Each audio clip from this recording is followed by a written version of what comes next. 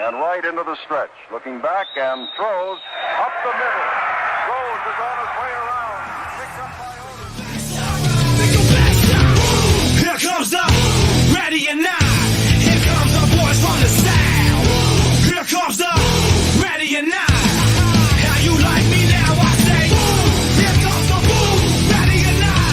Here comes the boys from the south. Boom, here comes the boom, ready or not. How you like me now? You don't live in Cleveland. You live in Cincinnati. You are watching live the best damn Cincinnati sports podcast, getting ready to have a Monday night game this side of Paycor Stadium. My name is Santori Miles. We got Bengal Dad. We got no one else. Just as God intended. How we doing? I'm doing great. I got my Joey back. I know they didn't win the game last Sunday. That was secondary to me. That was a game that at the beginning of the year, the majority of people would have thought we were lost anyway. We are one game behind where we thought we were going to be. But now, to me, a lot of the questions on Joe Burrow are over. And that gives me comfort. So we're one game behind where we thought we would be on record, but I think we thought we'd be in second place to Baltimore. And I'm not worried about Pittsburgh. I'm not worried about Pittsburgh. So I think if I'd have told you that I love playing this game, if I'd have told you 4 weeks ago that we would be tied with Baltimore through 2 weeks, would you have taken it? Absolutely. Yeah. If I'd have told you we were 2 games behind Pittsburgh after 2 weeks, you'd have said, what the hell? Right. But That that is why the NFL is the greatest game. I have to think it would be worse to be a Baltimore Raven fan right now than a Bengal fan. Oh, 100%. They didn't have a quarterback that was coming off of injury. He was coming off an MVP season. He's looked okay. Their defense, not so okay. They lost to a really good Kansas City team, very similar to – that game was very similar to ours. Mm-hmm. Played them tough, lost by just a little. And then they lost to a team they never should have lost to at home. But we've got question marks. They don't have the question marks. Mm-mm. I feel pretty good about this. I feel very good about where the offense is at. I mean, obviously the defensive interior line is in shambles. For whatever reason, and this is coming from somebody that coached defense, that's where I cut my teeth when I was coaching. For whatever reason, I have a very low level of concern about it. I should have in like urgency red alarm going off about it. But I think they're close to getting guys back. None of them are season-ending injuries. They're all just kind of a little bit nicked up. And you know how you nullify the run? Get the lead. Yeah. You take the run away. That was kind of my concern when we were playing Kansas City. We took the lead, and I'm like, shit, now they're going to throw. It's like this. I wanted them to use Pacheco the whole game, and, they did. But the game plan for Lou was fantastic. Mm-hmm. So let's start at the top. I want to talk about Joe. I want to talk about the crybaby. And I want to talk about the mastermind. That's what I want to talk about. Who do you want to hit first? I want to talk about Joe because Joe's the most important piece of this puzzle. Okay. I don't think there's any concern about his mentals or his wrist or his knee or his abdomen or anything. I think you've got a healthy Joe. Obviously, it's going to be sore. He's going to do the rotating thing. But the only way I think that risk is going to come into play is if he falls on it the absolute wrong way. I don't know if it's a 100-to-1 shot that he falls on it the wrong way. I really don't. Nobody knows that answer. But I don't think it's affecting him in the pocket. It doesn't affect the – I don't think it's affecting the velocity. No. I don't think it's affecting the accuracy. Mm-mm. I think he's learned how to adapt to however it feels. Mm-hmm. And as long as he doesn't have that skittishness that he had in week 1, because he didn't – if you were going to be skittish, it would have been week 2 in front of that crowd against that team in that pass rush. Can we have a quick side conversation, and then we'll get back to Joe? It's about Joe. Okay.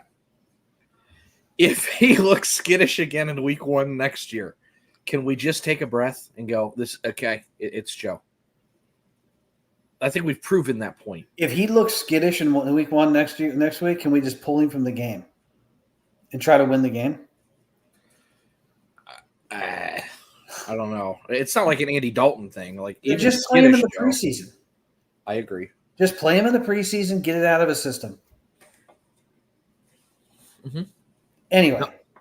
but Joe's accuracy, I mean, just look at that game. I think he probably threw 3 or 4 passes that weren't really, really good passes. He had one that fluttered out of bounds, and I think he kind of did that on purpose, honestly, because the guy was covered. To Burton down the sideline. Burton. The one he threw to Gesicki, I think Gesicki turned around his head late. I know the ball landed about 5 feet out of bounds, but Gesicki is like 6'6". When he reaches his arms up, he's like 8 foot tall. That 5 foot out of bounds is probably hitting him in the head. Now, there was one play, and I sent you a screenshot of it. Of Yoshi? Yoshi. I want to elaborate on that. There's something called a staple concept. You should find that picture while you're talking. I'm not worried about the picture right now. Okay. Because it was a little behind him, right? The picture, the screenshot I took, which was the coach's film directly over top, looked like it was right here. But he was running. But he's it's kind of running doing this. way, and the ball was like right here. It Right. wasn't. Now, granted, the ball wasn't to him yet, Here's the deal, though. so it's probably like that. On a staple concept, you are supposed to sit down in the zone. He kept running. Hence the word staple. Yep. Stop. So if he doesn't take those extra 2 steps, it hits him in the fucking face mask. Irwin had that happen. Don't know if he'd catch it or not. I wish the ball would have stuck in his face mask. That would have been a hell of a play. Right. So with Yoshi, should Does he have that caught count as it? control? 2 feet down and the ball stuck in your face mask? Technically, yes. Believe it or not. Because it's not moving and you're running with the ball. But no, Yoshi was supposed to sit in the zone. He should have caught the ball. Maybe this is me being an optimist for the first time in my, if you want to call this journalism, analyst, whatever it is, podcasting career. Let's list the issues that happened. They had the rub route that got called for a penalty when they threw that quick screen to Gesicki. You had the Jamar Chase meltdown for 15 yards. We'll get to that. We'll get there. You had the Yoshi drop. You had the Irwin drop. You had Joe Burrow, who has a little bit of fumbleitis right now. People need to start talking about that. He's had 3 fumbles in 2 games now. And he also had a very, very poor snap reception on a quarterback sneak that he almost fumbled that one as well. Oh, yeah. No one's talking about that, but he was bobbling that ball on that quarterback sneak near the goal line. I've got a theory on that too, by the way. Okay. You had the 4th and 16 meltdown. That was the end of the game. And you got in the red zone twice and had to settle for field goals. All of that combined in Arrowhead. And we missed an extra point. Kicker bully. All of those things combined is what the Chiefs Did you needed. say the Gesicki drop? I did. Okay. That was the second play. Gesicki drop. There's like 7 or 8 things that derailed you in that game, including a defensive touchdown, which very well could have been a 12-point swing. And the Chiefs beat you at home by a point. Can we talk about Cam Taylor-Britt coasting for 3 steps? That gave up the touchdown. Cam Taylor-Britt coasting for 3 steps. I don't know if he lost the guy or what, or if he thought he had help over the top. A lot of times that's what happens. Nothing happened, but he would have knocked that ball down at least. If he 9 out of 10 times that guy's blanketed by Cam. Yeah. I mean, we saw what he did with a receiver who runs a significantly faster 40 with Xavier Worthy down the sideline. Did we talk about? Did you mention Anthony and the penalty? I did mention that. Okay. 4th and 16. Okay. So you had so many things, again, like week 1, where it kind of felt snake bitten. Like you just had, over and over and over and over again. The Chiefs had them too. Don't get me wrong. Mahomes had 2 picks. He had a 3rd called back. You know, there's another defensive holding. We can add that one to the list. and they could barely escape by a point. It took the Bengals to have all kinds of meltdowns. Yeah, all over the nowhere board. near a perfect game, and we almost beat them. Right. In Arrowhead. You wonder where the confidence comes from. If they play clean, which when you talk about early season form versus mid-season form, those are the things that you talk about with mid-season form. If this is what struggling for them looks like, they're going to be a really, really tough out over the next 6 to 7 weeks. Truly. And that's just not me being an optimist. You heard it from me going into the game. And I know we didn't have much airtime between the end of the New England game and the beginning of the Kansas City game. But the thing I kept telling you all week, and everybody thought I was insane, was, damn, I think they're close. The film really doesn't look that bad. And everybody looked at me like, you're insane. They looked horrible against New England. I'm like, I'm telling you, it's a little bit here and a little bit there. And you catch somebody with the right kind of scheme, it's going to look so much better. And it did. So extrapolating on that, if they just play clean, Burrow doesn't fumble. They're 2 fumbles away from being 2-0. Yeah, they don't have to play perfect. They just got to play. They just got to play a little cleaner. Not perfect. They're a goal line fumble and a Joe Burrow almost hitting the ground fumble away from being 2-0. They're close. They're really, really close. I'm not saying they're close to humming. I'm saying they're close to being very difficult out, and they already are. They're gonna, pending some physical health, because that D line is still a concern. It wouldn't surprise me if they rattle off like 4 of the next 6 kind of thing, and then they're sitting there at what that would be 4-4. It wouldn't surprise me. This team always tends to do that. They start 1-1 or 0-2, and the last 3 years consecutively, they've been 5-4. They're staring that down the barrel again with this schedule. And if they're 5-4 and they're humming, okay, it's not about starting out fast. It's about kind of getting close to the playoffs and then getting hot around December. And they got some shit to clean up. There's still a very, very, very bright road ahead. It's so weird to look at strength of schedule this early because there's only been 2 games. It's like, yeah, because you really don't know who's good and who's not yet. Half the league's 500, and that's what they go off of, But I don't know how they did it. Maybe it's a combination of what's going on now versus last year. But the Bengals have the second easiest rated schedule the rest of the way in the entire NFL, and I believe it's first in the AFC. Meanwhile, Baltimore has a gauntlet getting ready to come up. Can we move on to the second player? Sure, second player. This second player, to me, is probably the key to the season at this point, assuming the health of Joe Burrow.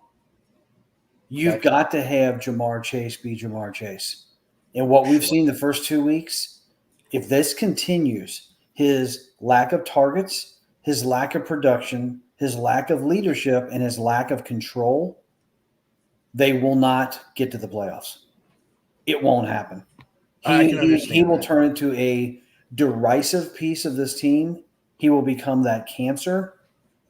And the players are not going to like the way that the Bengals kind of just stick their head in the sand when he does stuff like he did. I mean, he could have truly cost them the game because you'll never know. It would have been 3rd and there's 7 an argument he did. 22. And there's an argument he did, but like I said, there was there's 10 or 12 things. It's not that he did. He contributed. He made it harder to the problems.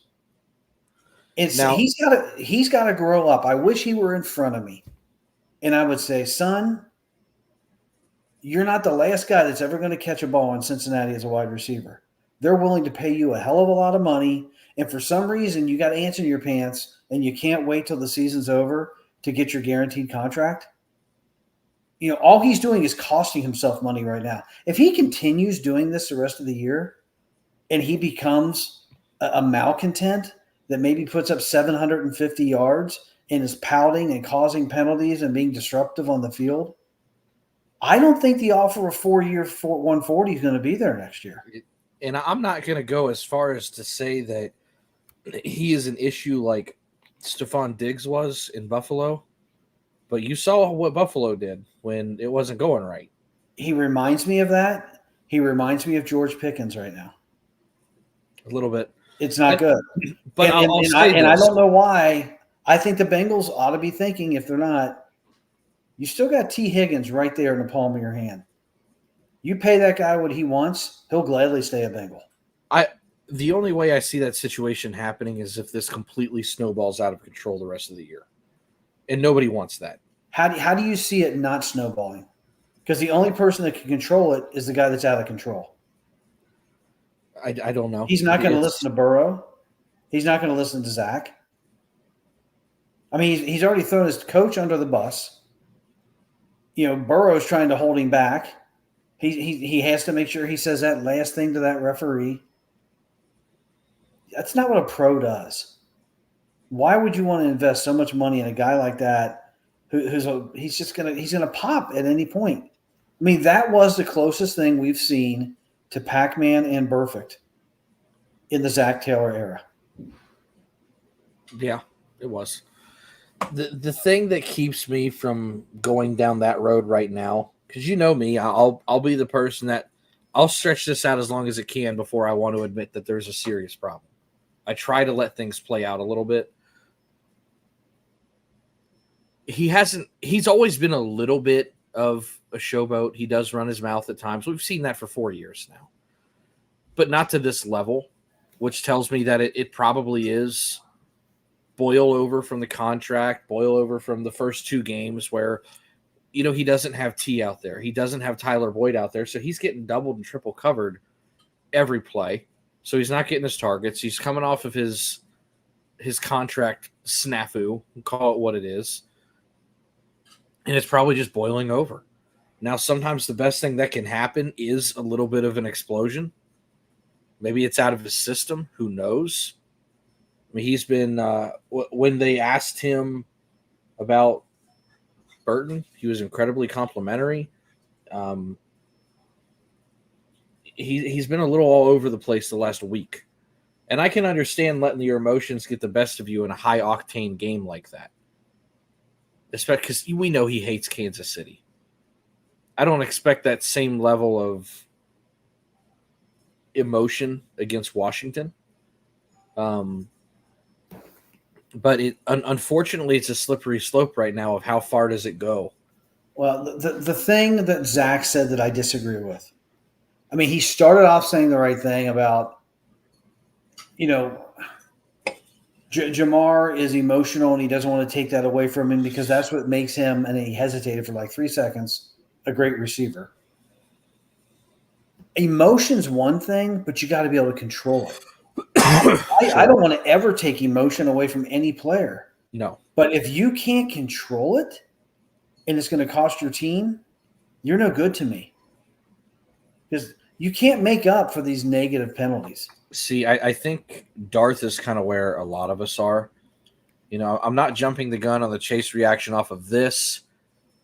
But if it happens again, there's going to be some problems. Yeah, but his attitude has been – this didn't surprise me when this happened. His attitude has been like this now for like 3 weeks. What surprised me years ago is when A.J. Green did this against – was it Jacksonville and Ramsey? Yeah, when he snapped and put Ramsey in a chokehold. Yeah, that was a moment. But he never did it again. Mm-hmm. He never did it before that, and he was never a malcontent in the locker room. And going into the press with his contract and throwing his coach under a bus. How many things does Chase have to do before people want to just forget the fact that his name is Jamar Chase? If this guy's name was – if this was the new guy, Burton, oh, my God, would we be thinking we made a massive mistake, we need to cut him. Mm-hmm. But because it's Jamar Chase, we're giving him all this latitude. We can't afford to have a guy fuck us over like this. We can't, and that's what he's doing right now. He's pouting, he's brooding, and he has no reason to do that. I don't get it. He thinks he's bigger than the Bengals, and that's a real problem. No, I agree. Unfortunately, he is. We were worried the contract would be a distraction. At this point, he's a distraction. Yeah. And I think we can go without his 4 catches a game right now. I don't think it's putting us over the top. No, I think he's at 97 yards through 2 games. I mean, that's Mhm.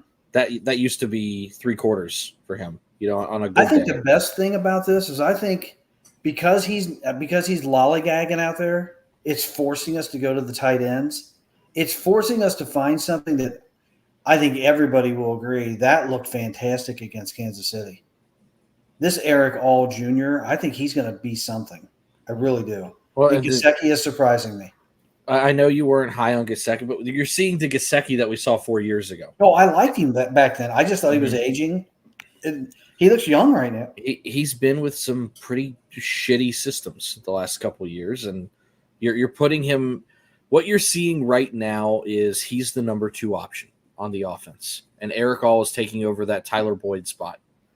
They got to figure out a little bit more with the run game. Chase is still. Sample might be number 2. So we can say what we will about Jamar Chase, but Gesicki is getting one-on-ones because Chase is doubled, and it's making the tight ends look a little better. Well, Now, I'm okay with Chase being a decoy the rest of the year. I know you are. But I can't stand players that act like this. When T comes back, which should be this week or next, I think it's going to alleviate a lot of problems. I'd be very surprised if T was not back this week. There you go. Bengal Dad has evolved. Enter the wide receiver bully. It's a chase bully. I'm not a wide receiver bully. It's a chase bully. But Somebody needs to put that man in his place. Let's shift gears because let's go to better things. Let's go to Lou Anarumo. Let's go to Lou. Sweet Lou. It is unbelievable how every single time we play the Kansas City Chiefs, he comes up with something, and all you hear the entire game is about Spagnuolo.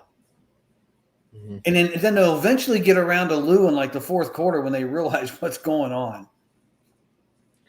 I mean, Lou did what I was hoping he would do, because when you look at a team that has multiple weapons, right, you kind of have to pick the lesser of evils. Mm-hmm. And we had this conversation before the game, and I said, quite frankly, I hope they do everything to take away Patrick Mahomes.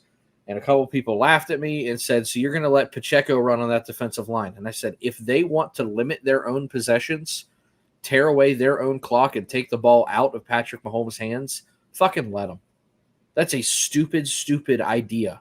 Kansas City never beats anybody on the ground. No. They don't have a drive here or there, but that's not who they are. Here's the thing. And these are the numbers, right? And if I told you that next week that Chase and Moss would combine for 90 yards on the ground for 4.5 yards a carry, would you think that we were obliterating people on the ground, or would you say, oh, it's a decent day? You said 4.5 yards a carry, and how many yards total? 90. Just a decent day. Pacheco had 90 yards and 4.5 yards a carry. Mm-hmm.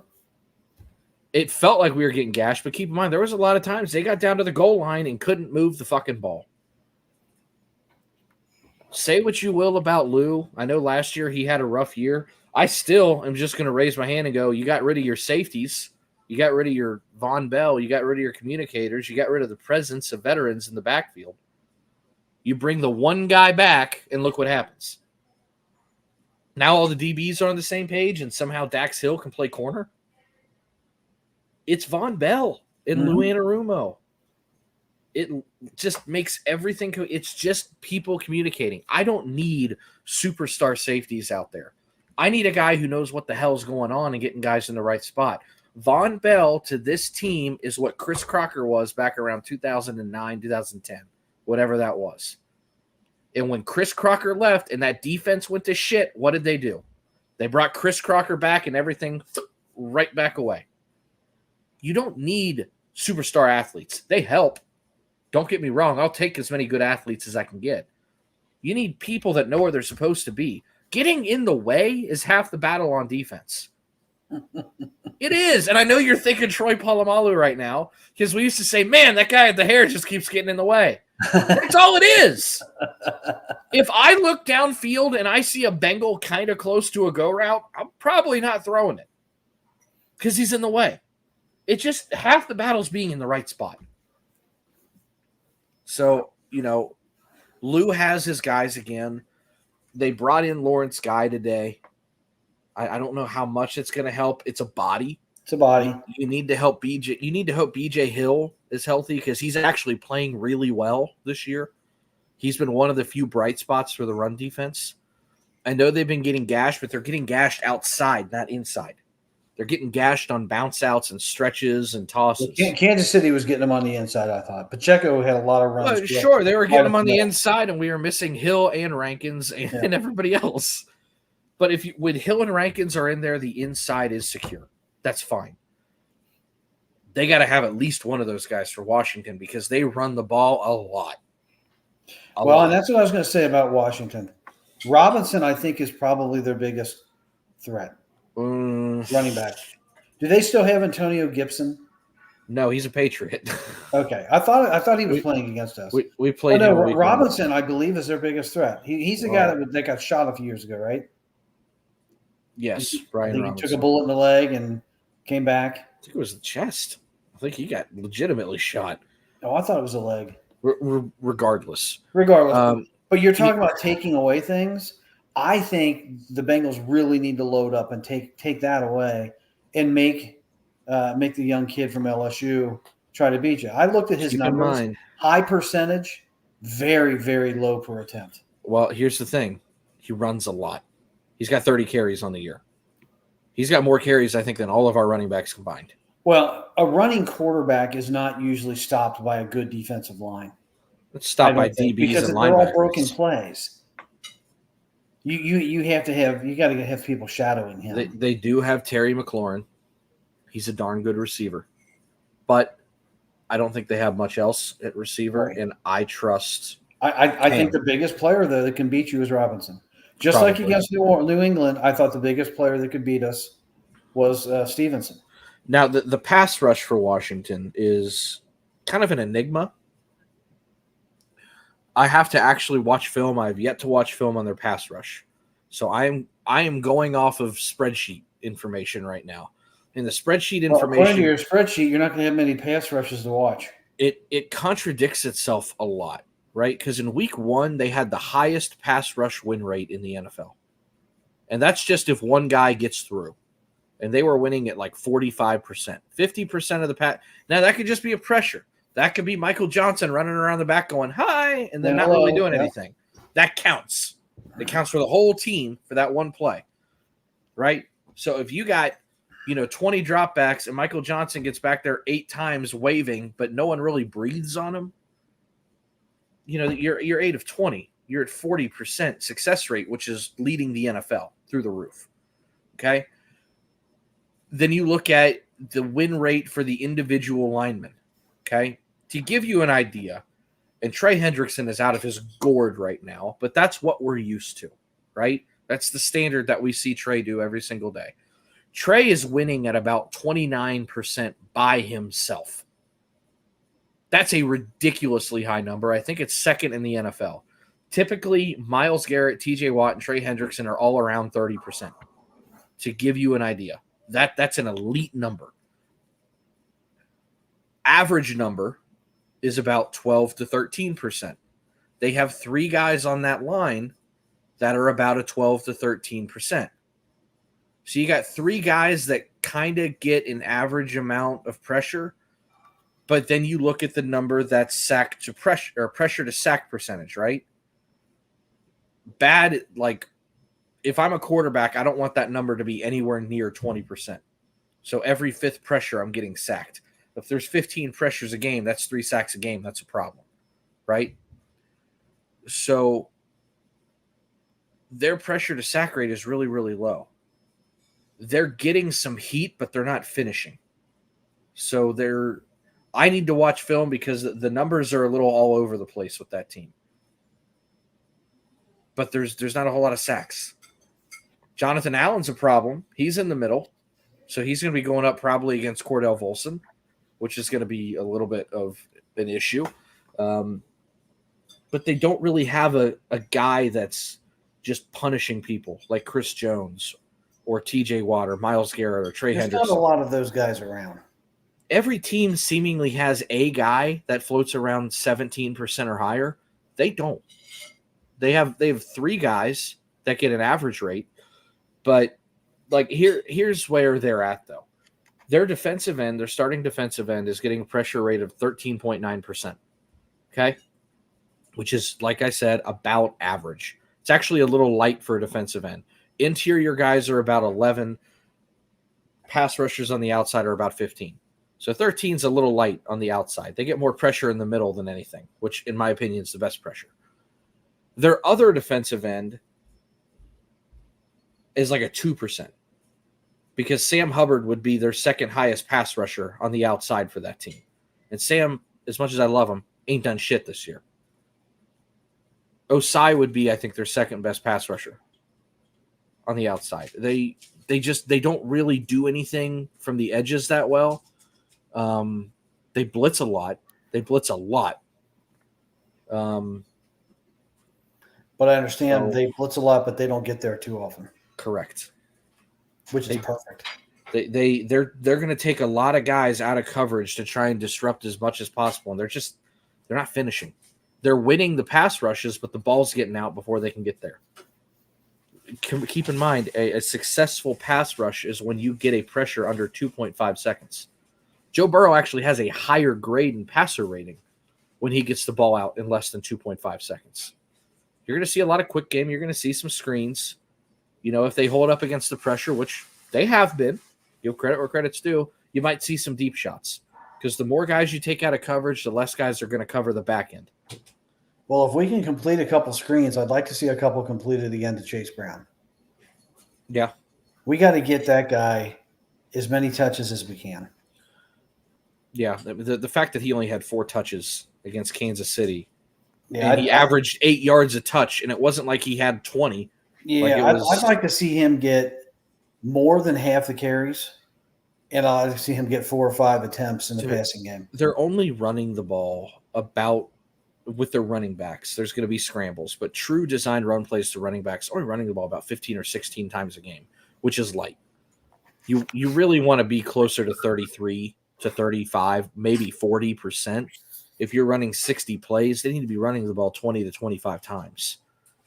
They've got 2 backs. You've got a third. Get there. When they play some games that they get the lead, and I'm talking about more than just by a point or whatever. Sure, they'll get there.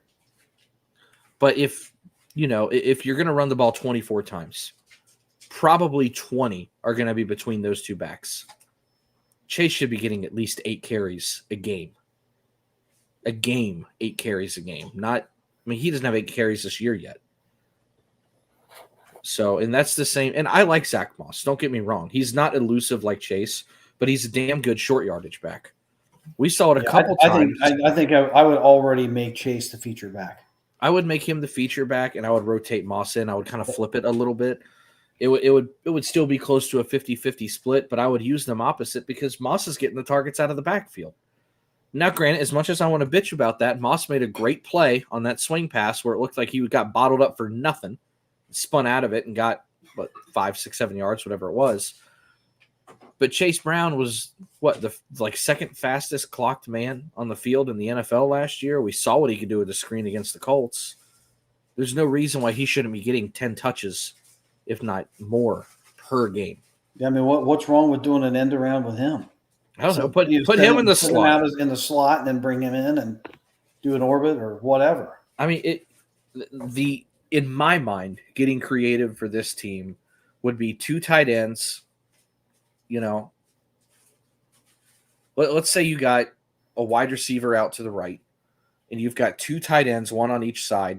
Zach Moss single back in the backfield, Chase Brown in the slot on the right, and Joe's under center.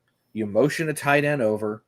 You start bringing Chase in motion on a jet. You give him one of those quick end arounds, and you got a pin and pull on the backside, and everybody's in full motion on that jet already. I've only got 1 wide receiver on the field. That's a 22 personnel set. That's going back to the old days. But there are ways that this offense could get incredibly creative. And I'm not saying they're not, because they actually looked pretty darn creative last week.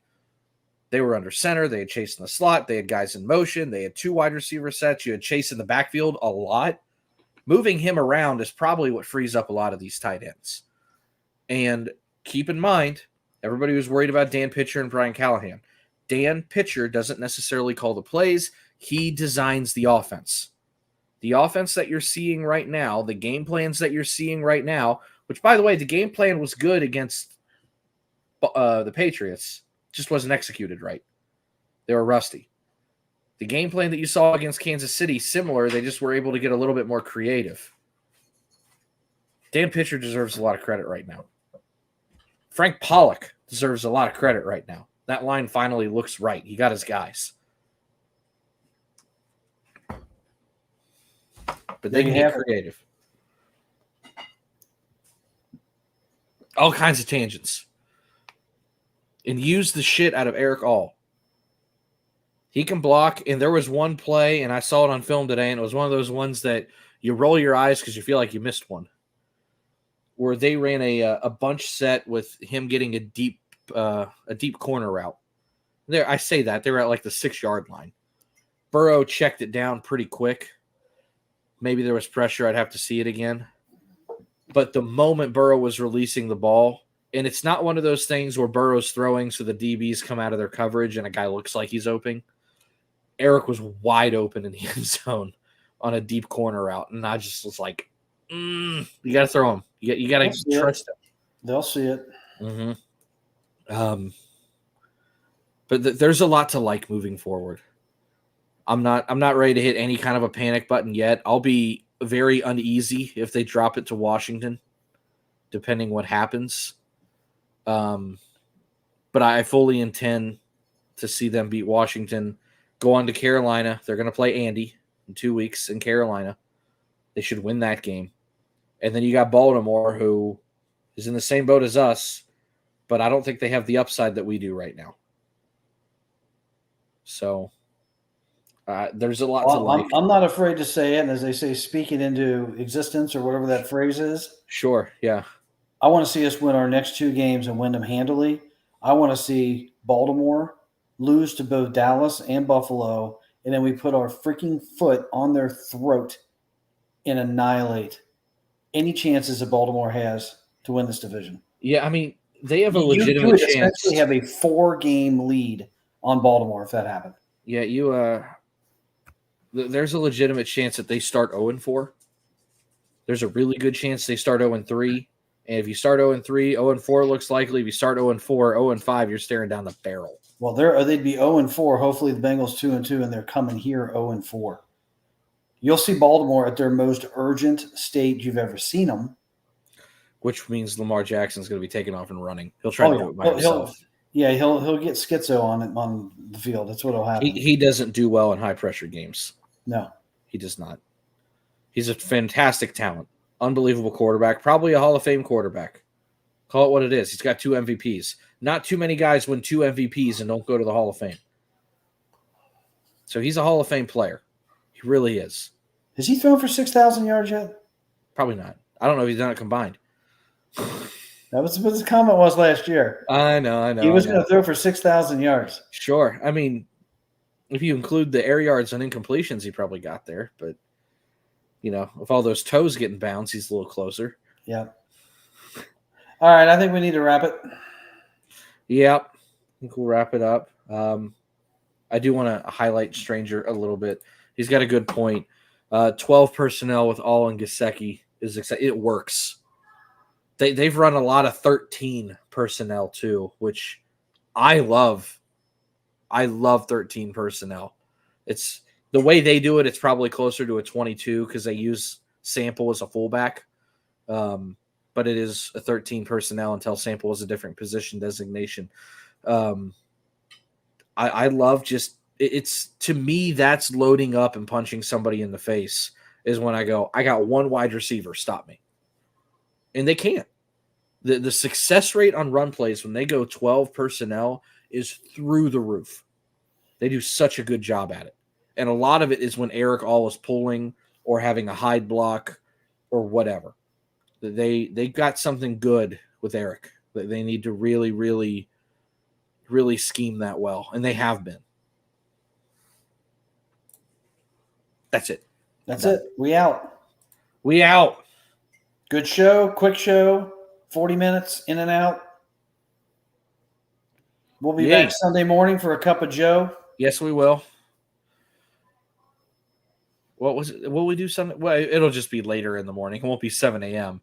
There's no need to do it. No, it doesn't need to be 7 a.m. It'll be around 10. Ain't doing nothing. I don't think we should do one Sunday. I think we should do. When do you get off work Monday? I don't know yet. Oh. I am scheduled until 8. Uh-oh. Yeah, there's an off chance I might not be able to go. I've been trying to get that day off for a minute, and because Monday's mandatory for everybody, there's no one to switch with. So I don't know yet. Okay. We don't know when we'll be back on. I don't know when I can get on. I will say Sunday's going to be one of those fun days where you got no pressure and you just watch everybody else and root against everybody. Yep. Worst case scenario, probably they'll let me duck out an hour early and I'll just race down to the stadium and park somewhere and go about my day. Did you see? I didn't realize this. We're sharing the spotlight on Monday Night Football. Are they doing one of those doubleheaders? Yes. Yeah, I don't like those. The first game starts at like 7 or 7:15. We start at 8:15. Speaking of broadcasting, did you see the CBS stat? Most viewed CBS. Maybe this is for a 4 o'clock spot. I don't know. I'd have to find the official number. Well, the 4 o'clock spot's always going to have the higher one than the 1 o'clock. Since 1998. It's the I'm highest. telling you, that matchup should be a Monday Night Football matchup every single year. If Burrow here's the deal. Burrow doesn't have the ring yet, and he doesn't have the MVP yet. I think he's going to get one of each. I truly do. If that happens, that's got to be the marquee matchup until those guys retire. Until one of them starts declining. It's becoming very, very, especially because it's about a 50-50 split now. They've got 3 in a row, including an AFC championship game, which bothers me. But every single game has come down to 3 points or less. I don't quite remember the Jake Browning game. I don't remember what that score came down to. No, I think we lost close. I think we lost by 8, I think. Okay. Well, okay. So all of them have been one score. Game. When Joe plays, it's 3 points or less. We'll just say that. It's getting incredibly close to Peyton Manning versus Tom Brady. Mm-hmm. It is this era's Manning Brady.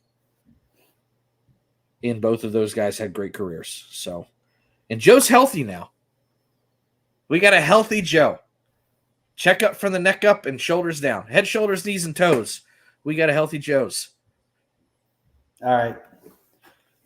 Till next time, whenever that is. Same bat time, same bat channel. Just rotates a little bit. And right into the stretch. Looking back and throws up the middle.